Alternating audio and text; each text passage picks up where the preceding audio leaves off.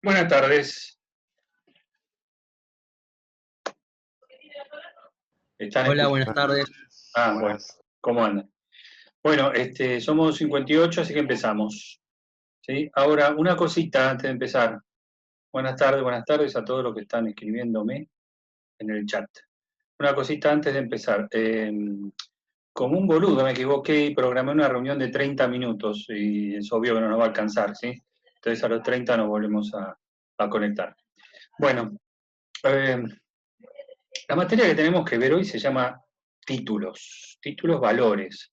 Esta materia tradicionalmente en la facultad se llamó títulos de crédito, pero ahora la vamos a llamar títulos valores porque el Código Civil y Comercial de la Nación lo llama así, títulos valores. Es una materia muy compleja, muy intrincada. Nosotros vamos a ver dos clases apenas algunos rudimentos. Me parece que en cualquier programa de cualquier facultad es una materia obligatoria, menos en esta. ¿Por qué debería ser obligatoria efectivamente, más allá del área especial a que ustedes se vayan a dedicar? Porque ustedes indefectiblemente a lo largo de su vida profesional y no profesional se van a cruzar con un título de crédito, ¿sí? Y es una materia difícil. Si ustedes agarran un pagaré o un cheque van a decir, ¿y esto qué tiene de difícil? Bueno, es cierto en principio. Ahora, si ustedes se toman el trabajo de leer las leyes que rigen la letra de cambio, el pagaré y el cheque, van a ver que son muy complicadas. Tienen institutos muy complicados, muy intrincados. En la facultad, para los que hacen la especialización económico-empresarial, es obligatoria, es una materia de 2 meses. En muchas otras facultades, yo doy clase en varias facultades, están fusionadas o con concursos y quiebras, porque tradicionalmente fue así, o con sociedades en algunas otras, ¿sí? Fíjense, por ejemplo, que eh, en la Católica de Santiago del Estero, donde yo doy clase, es una materia anual de sociedades y títulos. En otra, en la Universidad de San Isidro, concursos y títulos. Eh, Así que es una materia a la que la facultad nuestra le da poca importancia, digamos, ¿no? Pero realmente es relevante.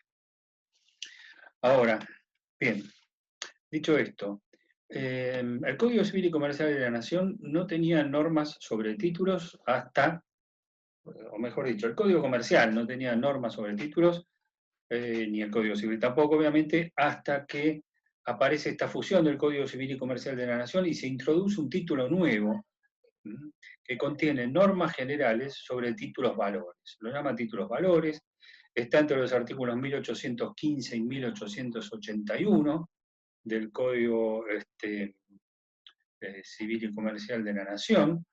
No vamos a estudiar esas normas nosotros, son normas genéricas que se utilizan en subsidio de las normas específicas para varios títulos que ya están creados.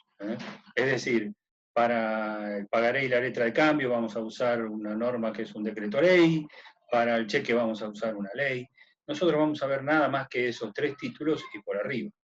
El Código Civil y Comercial de la Nación tiene un capítulo completo sobre títulos valores, dividido en 4 partes, 4 secciones, una sobre normas generales, otra sobre títulos cartáceos, dice la ley, en una expresión poco feliz desde el punto de vista técnico, otro para títulos inmateriales, que es una creación bastante moderna, es un título que no existe, una denominación bastante criticada porque título da idea de documento, ¿sí? Y finalmente, normas residuales para aquellos supuestos en los cuales el título se pierde, es robado o se inutiliza.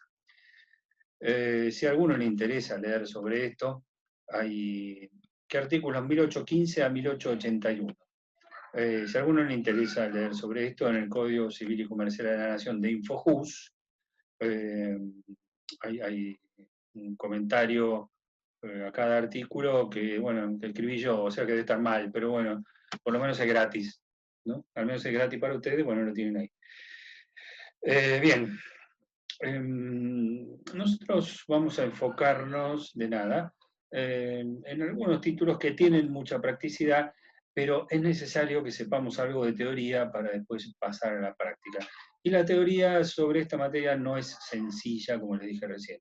se los voy a intentar hacer lo más sencillo posible, y lo mínimo que tienen que saber de títulos a los efectos de un examen son estas dos clases que vamos a ver hoy, y después con el amigo Jorge Estela, que le encanta dar la materia cheque, ¿sí?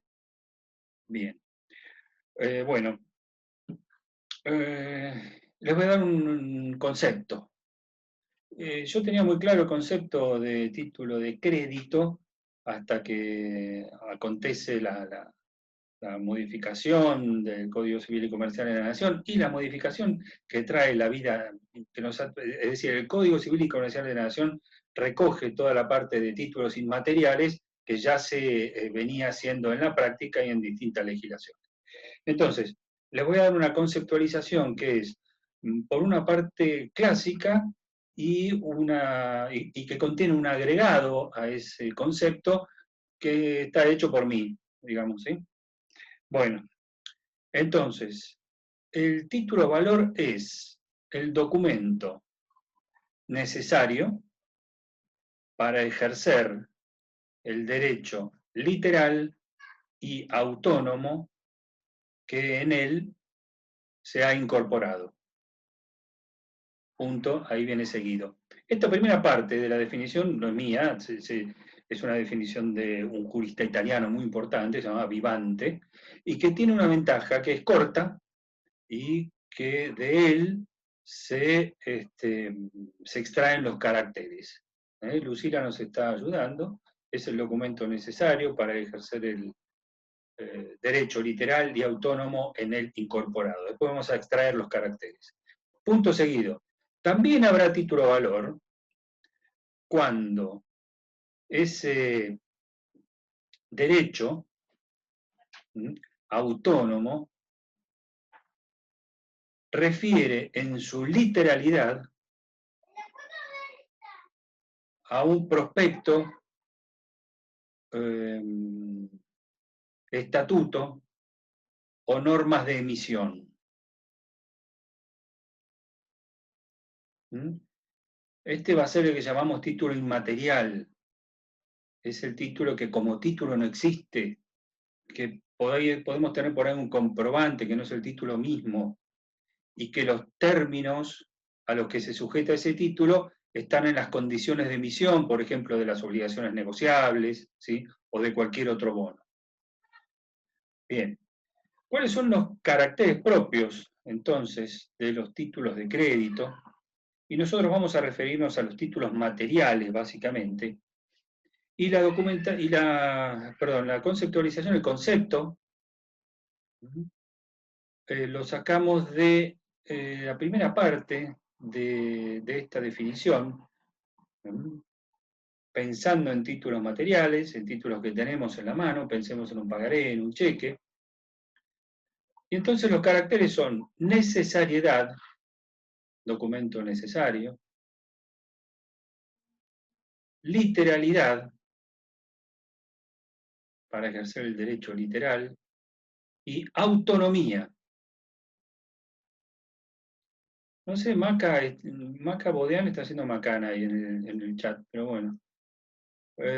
Sí, necesariedad, literalidad y economía. Bien, perdón, no es literalidad y autonomía, no economía, autonomía. Me distraigo, perdón. Bueno, ¿qué significa que este documento es necesario? Bien, supongamos que yo estamos en clases presenciales y yendo ahí a la facultad me robaron la billetera, como me pasó una vez ahí por la zona de la Recoleta. Entonces yo llego a clase, tenemos clase, y le digo a uno de ustedes, ponele a Maca, ya que está escribiendo tanto ahí, le digo, che, escúchame, me quedé sin un mango y necesito que me preste 100 pesos para tomar el bondi para volver a la facultad, para volver a mi casa, lo que sea.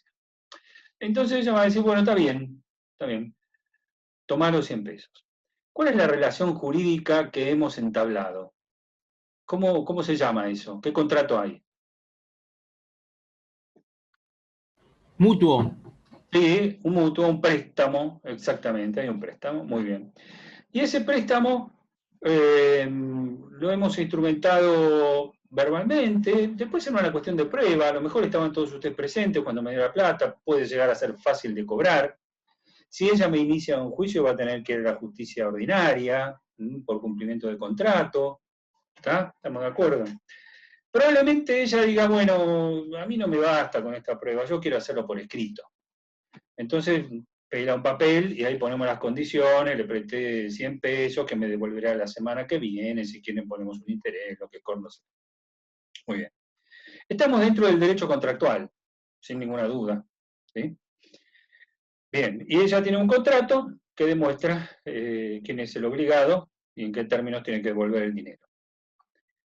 Podemos salirnos del derecho contractual para meternos en el derecho cambiario. ¿Sí? Y entonces, en vez de instrumentar el préstamo en un instrumento escrito, en un contrato escrito o en un contrato verbal, lo vamos a hacer mediante uno de estos instrumentos, mediante un pagaré. Entonces sacamos un papel y emitimos un pagaré en la cierta forma que lo vamos a ver ahora un poquito más adelante. ¿Sí? Bueno, ahora yo firmé el pagaré, soy el obligado y Maca tiene el pagaré en su poder. Para ella poder ejercer los derechos que emanan de ese pagaré, y que vamos a ver cuáles son, necesita sí o sí tener el documento. Por eso decimos que es un documento necesario para ejercer los derechos que emanan de él. Y en el caso del contrato no es necesario, y no es necesario. Se puede probar por otros medios, pero tiene otra estructura, otra forma. Vamos a ver cuáles son las ventajas de tener un pagaré en la mano, de meternos en el derecho cambiario. ¿Sí? Pero siempre, entonces, para ejercer los derechos que emergen del pagaré, hay que tener el documento necesario. Es más, cuando la semana que viene yo vaya a devolver la plata a Maca, Maca va a tener que traer el documento, mostrármelo y dármelo. Porque para ejercer el cobro, por mucho que ella me diga, uy, me olvidé el pagaré, vos sabés que lo dejé en la mesa, mira, yo no te pago hasta que me lo traiga. Y eso se lo recomiendo a ustedes para siempre. Porque yo le pago como un boludo, confiando en ella, y ella puede hacerlo circular. Vamos a ver qué es lo que pasa. ¿Sí? Entonces, ahí está el carácter de necesariedad de este documento, ¿sí? Para ejercer los derechos que de él emanan. Segundo punto, segundo carácter, es el de la literalidad. Qué sencillo esto. La literalidad significa que el derecho que está plasmado en ese documento se ciñe en sus términos a lo que expresamente señala el documento. No parece muy difícil.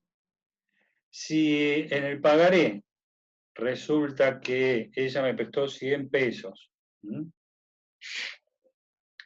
pero ella dice, bueno, voy a redactar el pagaré, vos lo firmás, y se hace la viva y pone 1000 pesos, cuando venga la semana que viene, yo le tengo que pagar 1000 pesos. Por mucho que yo putee y chille, los términos literales del documento que yo firmé dicen 1000 pesos. A ver, abstraigámonos de una cosa. El carácter doloso, ilícito, bla, bla, se podrá demostrar por otro lado, habrá acciones por otro lado, pero los términos literales del documento dicen que yo le debo 1000 pesos. Y esto es un reaseguro, tanto para el acreedor como para el obligado. ¿Por qué? Porque a su vez nadie me va a poder exigir a mí como obligado más que lo que dice el documento. Supongamos que firmamos un documento por 100 pesos a pagarse el 7 de octubre del año 2021.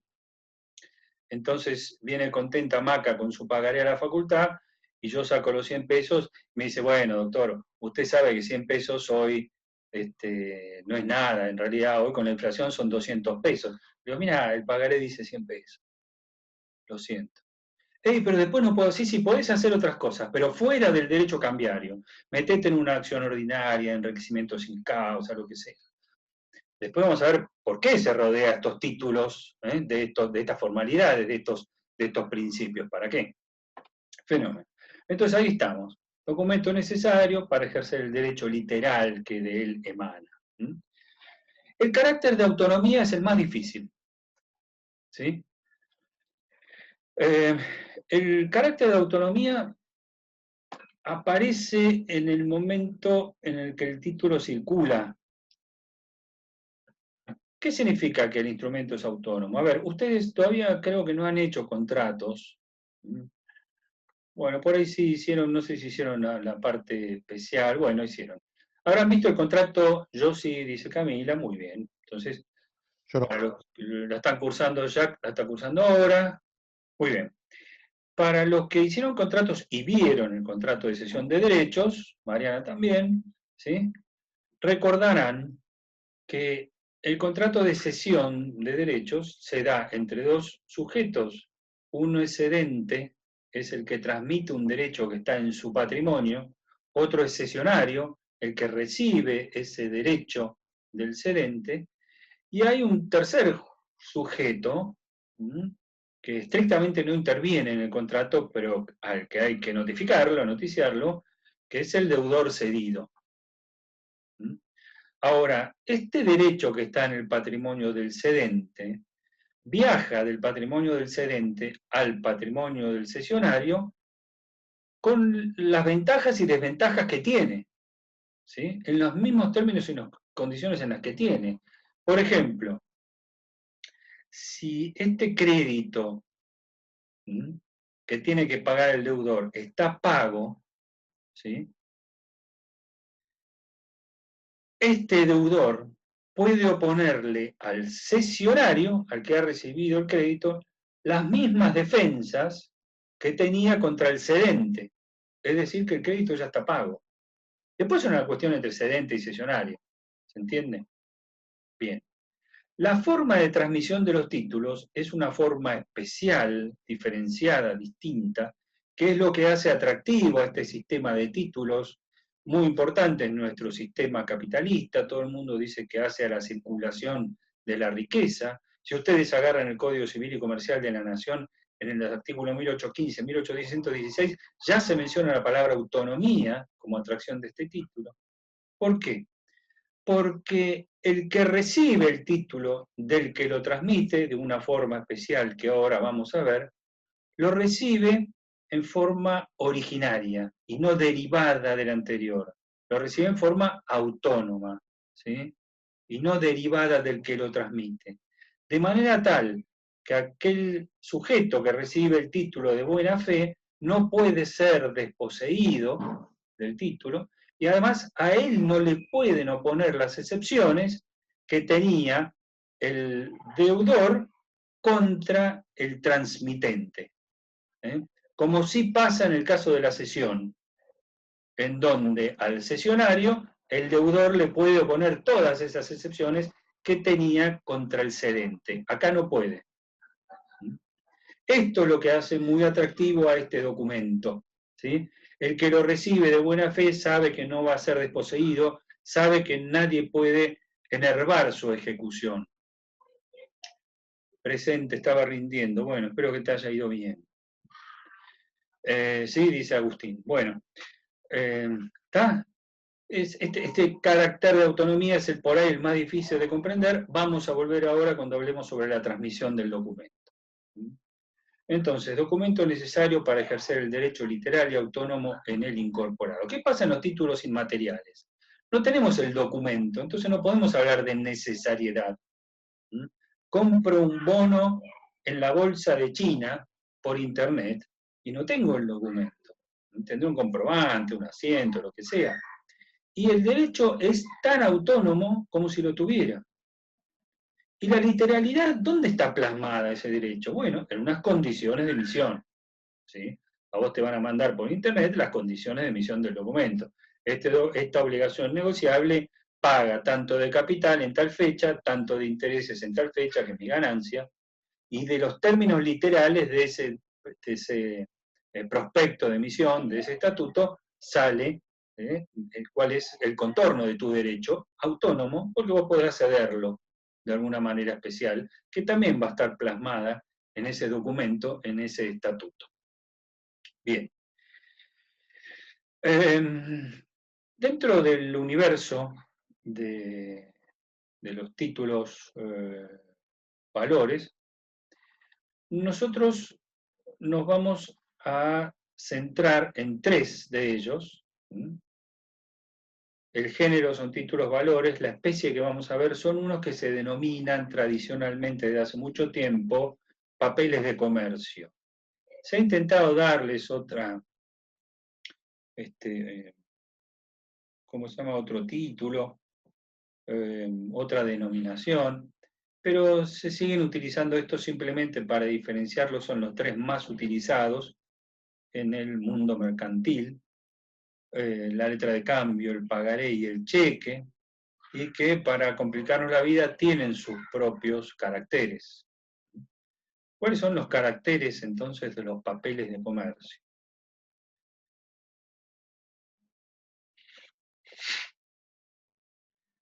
Primero, la abstracción. Son títulos abstractos. Segundo, la formalidad. Abstractos, formales. Y tercero, la completividad, completos. Abstractos, formales y completos, dice toda la doctrina que ustedes puedan conseguir.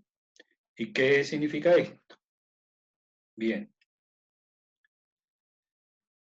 Que son títulos abstractos implica que se desvinculan absolutamente de la causa que le dio origen. Se desvinculan absolutamente. En términos criollos, a nadie le importa cuál es la causa del libramiento de ese pagaré. Ni hace falta que esté en el instrumento. Por ejemplo, el pagaré que yo le voy a librar a Maca, no hace falta que diga por qué me prestó 100 pesos. Se desvinculan de la causa que le dio entonces libramiento.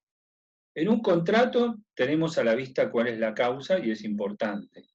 En el pagaré es intrascendente. Los pagarés suelen decir, como son una declaración, para completar la declaración suelen decir por qué se libran, pero a nadie le importa, no tienen ninguna incidencia en el marco del derecho cambiario. ¿Sí? Bien. Son formales, son instrumentos formales. Como en ninguna otra área del derecho, en este caso la formalidad es, digamos así, de fondo, es sustancial. ¿Por qué? Por la historia que tienen los títulos, por la... a ver que me han hecho una pregunta en el chat. ¿No tiene que existir causa-origen para ser una obligación? No quiere decir que no exista, sino que a nadie le importa, a nadie le interesa, se desvinculan de la causa. Existir existe, siempre existe una causa. Vamos a ver qué tiene que, cómo opera esta desvinculación en los términos prácticos y ahí te vas a dar cuenta. ¿Sí? Bueno, formales, decíamos. Son absolutamente formales por la función que cumplen, por la historia que han tenido. Son el típico ejemplo de costumbre como fuente del derecho. Estos títulos originariamente, históricamente, estuvieron destinados a reemplazar a la moneda. Cuando fue necesario reemplazar la moneda porque llevar toneladas de moneda de un lugar al otro era complicado, los barcos eran atacados, los piratas, esto y lo otro, fue necesario reemplazar por un papel, el dinero no existía, que, digamos, que fuera un sucedáneo o que reemplazara, ¿no es cierto?, con el mismo valor a la moneda. Las primeras letras de cambio que hubo estaban selladas y lacradas por nobles que daban seguridad de que esa letra se iba a cobrar. Después, con la caída de la desaparición de la nobleza y demás, los comerciantes siguieron utilizando estos títulos por las ventajas que tenía, rodeándolos de formalidades precisamente para darle seguridad jurídica, y después de muchos años de utilización de estos títulos con esas formalidades, fueron recogidos por una ley, en nuestro caso, por la ley de letra de cambio y pagaré, que es el decreto, es un decreto ley 5965 del año 63. ¿Sí? el decreto ley 5965 del año 63, se llama ley cambiaria, se le suele decir ley cambiaria argentina, está como norma complementaria del Código Civil y Comercial de la Nación, vigente hoy desde el año 63, y recoge todas las normas obligatorias sobre formalidades, circulación y demás, de letra de cambio y de pagaré. El cheque es una creación más moderna que aparece con los bancos, está en una ley, ley 24452, que tiene muchos términos similares a este decreto ley. Pero entonces hablábamos de la formalidad. Hoy por hoy van a ver ustedes que en el artículo 1 y 2 y en el artículo 100 y 101 y en los primeros artículos de la ley de cheque van a encontrar las formalidades a las cuales tiene que sujetarse nuestro título, que son formalidades absolutas. Y que a veces parecen ridículas, pero que no lo son, precisamente por eso, para dar seguridad jurídica. Por ejemplo, un pagaré que no dice la palabra pagaré en algún lado, no sirve como pagaré. No es que no sirva para nada, sino que ya nos salimos del derecho cambiario. ¿Qué estoy diciendo? Supongamos, ¿no? Volvamos al ejemplo de Maca que me presta los 100 pesos. Y yo redacto el pagaré y me hago el boludo y no le pongo la palabra pagaré. Entonces, cuando ella venga a cobrarme el pagaré, yo le voy a decir, mira, yo no te lo pago, porque esto no es un pagaré, no es válido como pagaré. Y ella va a decir, uy, perdió la habilidad de ser un título valor. De ser un título valor, sí, no sirve como pagaré, es inhábil. Pero no cabe ninguna duda que como prueba de la existencia de una obligación es muy importante. Cuando carece de alguna de estas formalidades de las que vamos a ver ahora y estamos hablando, deja de ser un título valor y se transforma en lo que se llama un instrumento quirógrafo, un instrumento común. No tiene esa especialidad de los títulos valores. Un instrumento común con el que ella me podrá iniciar un juicio ordinario, no un juicio especial de esos que pueden iniciar los que tienen un título valor que vamos a ver más adelante, y que tiene muchas ventajas, y que es otra de las ventajas de los títulos valores. Por eso la formalidad es esencial en esta materia de títulos. La formalidad es esencial. Si falta alguna de las formalidades previstas por la ley, ese título valor deja de ser título valor, puede ser una prueba más, un instrumento quirógrafo más que pruebe una obligación, un instrumento quirógrafo, que no es un título valor, exactamente, bien. Bueno, y después hablamos de la completividad. ¿Qué significa la completividad? Y en este chat se quieren mucho. La completividad implica que son documentos, son instrumentos autosuficientes. Autosuficiente significa que no pueden ser complementados con constancias externas al propio documento. Sus requisitos formales tienen que estar en el propio documento. Por ejemplo, si encontramos un documento, un pagaré que diga, en la fecha tal se tendrá que pagar la cantidad de pesos que surja de la cláusula 3 del contrato firmado en la misma fecha, el documento no es autosuficiente, no es completo, ¿sí? Porque refiere a constancias externas. Y nosotros necesitamos que nuestro documento sea completo. En ese caso, va a dejar de ser un título valor para transformarse en un instrumento quirógrafo. Bien. Bueno, ahí tenemos entonces los caracteres propios de los títulos valores y los caracteres propios de los papeles de comercio. Vamos a referirnos a la letra de cambio y el pagaré, que como dijimos están regulados en la ley, en el decreto ley 5965 del año 63. Lo primero que tenemos que decir es que un pagaré, como una letra de cambio, es una declaración unilateral de voluntad. No es un negocio bifronte, no es un negocio bilateral, es un sujeto que se obliga, decreto, mira, te lo escribo acá, 5965 /63. Ahí está. ¿Sí? Bien. Es una declaración unilateral de un sujeto que se obliga. Se obliga hacia otra persona. ¿Sí? Y además, tanto la letra de cambio como el pagaré, ahora vamos a ver las diferencias en las posiciones cambiarias, son una promesa de pago. Digo esto porque el cheque no es una promesa de pago, el cheque es una orden de pago. ¿A quién le ordeno yo que pague en un cheque? Sí, ahí, al banco, dijo Laura. Aunque no lo escuché, vi que decías al banco, ¿sí? Al banco. En cambio, en la letra de cambio, como en el pagaré, se hace una promesa de pago. En la letra de cambio, el que libra la letra de cambio promete que un tercero va a pagar al beneficiario. En el pagaré, yo prometo que voy a pagar, ¿sí? Vamos a compartir un poco de esto que tenemos acá. Share. Bueno, ahí vamos con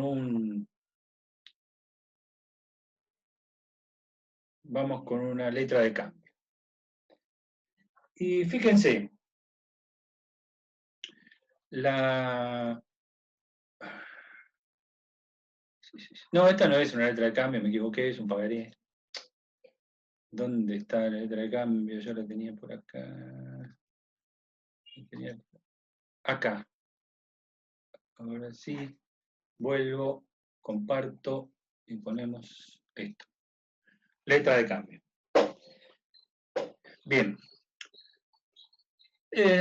Primero, la letra de cambio la podemos hacer en cualquier papel que nosotros tengamos a mano. Arrancamos una hoja en cuaderno y la hacemos. No es necesario que lo hagamos en un formulario, aunque sí, en las librerías comerciales te venden ya los formularios preimpresos. ¿Para qué? Para que vos no te olvides de ningún requisito, ¿sí? Están casi todos los requisitos están preimpresos. ¿Y cómo se llena este papel que nosotros hacemos? Bueno, agarrando el artículo 1 y 2 de la ley de letra de cambio, y que nos dice cuáles son los recaudos formales que tiene que tener esta letra de cambio. Y comienza como se comienza una carta, en lugar y fecha de creación. ¿Sí?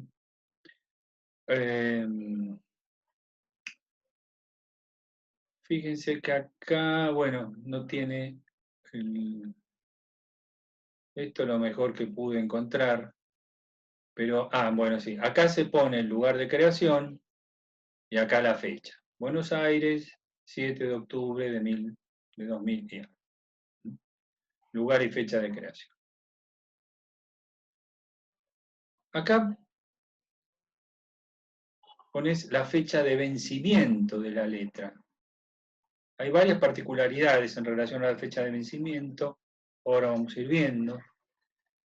¿Se servirá a usted mandar pagar? Entonces, fíjate, ¿se servirá a usted? Le está dando, digamos, una suerte de orden. ¿Quién le está dando? Un tipo que va a firmar en este lugar, que se llama librador. ¿Sí? Entonces le está diciendo a este otro sujeto que vamos a indicar acá cómo se llama, que pague esta letra de cambio al vencimiento, a la orden a este sujeto que va a estar acá, que se llama beneficiario. Vamos al ejemplo del pagaré, supongamos que somos 3. Entonces, Maca Bodeán me prestó a mí los 100 pesos, entonces yo a Maca Bodeán la pongo acá como beneficiaria, ¿sí? Y acá voy a ser yo el librador. Entonces le voy a decir a Mariana Carbone, a quien voy a poner acá, Mariana Carbone con todos sus datos, que al vencimiento que voy a poner acá, le pague por esta letra de cambio a Maca Bodeán la cantidad de pesos 100. ¿Sí? Bien. ¿Cómo funciona esto? Entonces acá, fíjense, tenemos 3 posiciones cambiarias. El beneficiario, que es Maca, el librador, que soy yo, y el que se llama girado, que en nuestro ejemplo va a ser Mariana. ¿Sí? Seguramente, por esto se libran así estas letras, yo tenga con Mariana alguna relación comercial, ¿no es cierto?, por la cual yo le proveo de algo, y por la cual Mariana entonces va a pagar esta letra de cambio, no va a ser una cuestión graciosa que porque yo le diga que la pague, la va a pagar. Cuando vence la letra de cambio se la va a pagar a Maca, ¿sí? ¿Pero está obligada a pagarla? No. Fíjense que acá ponen los datos, ¿sí?, del girado, hasta ese momento el girado se llama así porque después va a cambiar de ser girado, y acá va a estar mi firma. El único obligado hasta este momento voy a ser yo. Todo aquel que pone su firma en una letra queda obligado, así que cuidado. Y hasta ahora Mariana no puso ninguna firma. Entonces yo le voy a extender con todos los requisitos completos, le voy a extender esta letra, ¿sí?, a Maca. ¿Y qué es lo que va a hacer Maca con esta letra? Ahora me están haciendo una pregunta en el chat y como estoy compartiendo se me complica. Dice, quedan 2 minutos, aviso, tenés razón. Gracias, Lucila, por los 2 minutos. Bueno, vamos a ir controlando. ¿Qué es lo que va a hacer Maca cuando yo lea esta letra? Ella la tiene que tener, porque recuerden que es el documento necesario para ejercer los derechos que emanan. Bueno, la va a ir a ver a Mariana, ¿sí? Y le va a decir, che, Mariana, mira, acá, JJ, dice que vos me tenés que pagar el 30 de octubre del 2010. ¿Me vas a pagar o no?